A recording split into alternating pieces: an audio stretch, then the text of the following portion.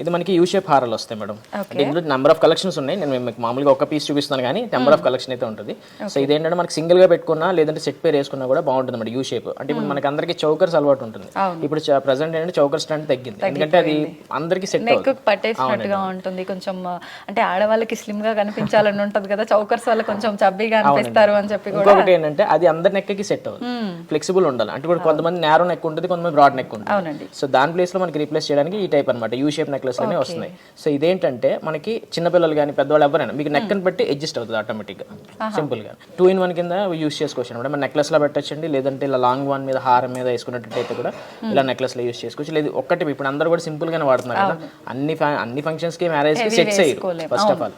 So దానికి ఏంటంటే ఇది ఒక్కటి పెట్టుకొని చిన్న బుట్టలు కానీ లేదంటే ఒక చిన్న ఇయర్ రింగ్స్ అయ్యి పెట్టుకున్నా నీట్ గా ఉంటుంది అనమాట. సో దీనికి అన్ని సెట్స్, ప్రతి దానికి కూడా మనకి సెట్స్ ఉంటాయి మేడం. ఇయర్ రింగ్స్ వస్తే, బ్యాంగిల్ ఉంటుంది, ప్లస్ ఏంటంటే టిక్కాతో సహా అన్ని A to Z అనేది మన దగ్గర ఉంటాయి ఎనీ టైం.